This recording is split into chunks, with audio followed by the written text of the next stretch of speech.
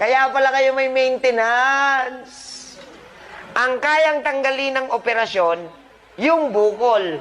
Eh yung pinagmulan, ba't ka nagkaroon ng bukol? Natanggal ba? Kaya pala ang bukol, kahit ipa-opera nyo, babalik lang ulit. Maglilipat-lipat lang siya sa parte ng katawan ng pasyente. Ang trabaho ng chemo at radiotherapy, papatayin niya lang ang cancer cells. Eh yung pinagmulan, paano ka nagkaroon ng cancer? Natanggal ba?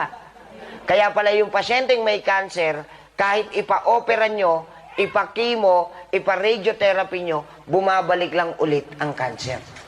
So kung may kakilala kayo may bukol, sabihin nyo, wag ipagagalaw, wag ipapabiopsy. Ha, papuntahin nyo na lang po sa akin. Tutulungan natin, wala namang bayad eh. Yung mga may nag-i-insulin, ano trabaho ng insulin? Pinabababa niya lang ang bilang ng glucose o blood sugar sa katawan ng pasyente.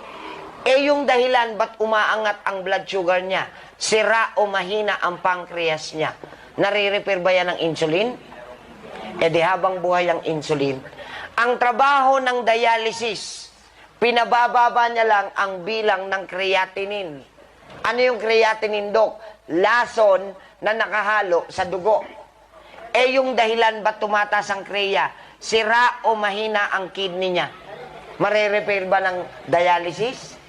Eh di habang buhay din ng dialysis. Eto na, tapos na, tingin. Ano trabaho ni doktor? Sino talaga ang gagawa? Sarili. Ano ang dapat nyong gawin sa puno? Tanggalin ang ugat. Pag natanggal ang ugat, kamusta puno? Patay. Kamusta pasyente? Pag natanggal ang ugat, yung puno, patay. Yung pasyente, buhay. May sakit pa, wala na. Pag wala ka ng sakit, kailangan mo pa bang bumili at uminom ng gamot? Pag hindi ka na bumibili at umiinom ng gamot, ano tawag sa'yo? Gumaling. Di ba pwedeng gumaling? Napakatagal nyo ng ginagamot ng inyong mga sakit. Siguro ito na yung tamang panahon at pagkakataon ng Panginoon na tingnan mo naman yung mas pinagmulan. Don't get rid of diseases. You go to the root cause and get rid of it. Pag tinanggal mo yung pinagmulan, wala nang sakit na lalabas. Siyempre may tanong, Dok, ano ba ang pinagmulan ng lahat ng sakit ng tao? Ito na.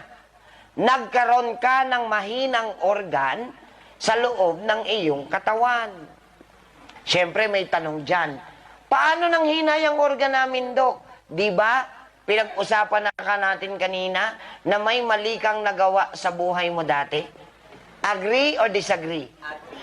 Topic natin to kanina. Ang English nga pala nito, wrong lifestyles. Imbis na marami kayong iniinom na tubig, ang hihilig nyo sa masasarap na inumin.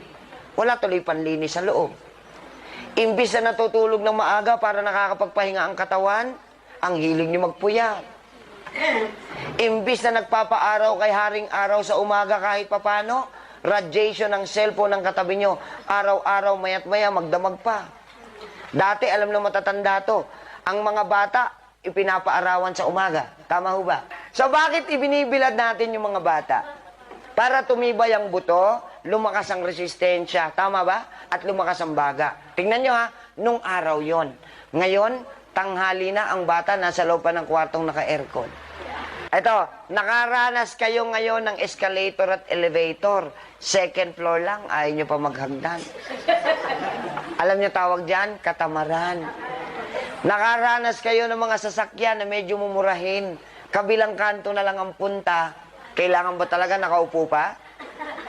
Ang mga nanay dati, pag nagluto sa kusina, may pagmamahal. Totoo yun. Kaya healthy ang mga bata nung araw eh. Pagka kailangan nyo na sinigang, talaga nagpipiga sila ng sampalok noon. Ngayon, sinigang mix.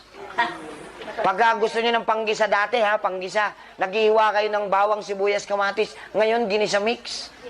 Sa katamaran nyo, nanay, buong pamilya na ang inyong dinadamay. Malapit na rin silang magkasakit. Mamatay na naman. Hindi na maganda yung natututunan niya. Putulin ko na to. Magkasakit lang.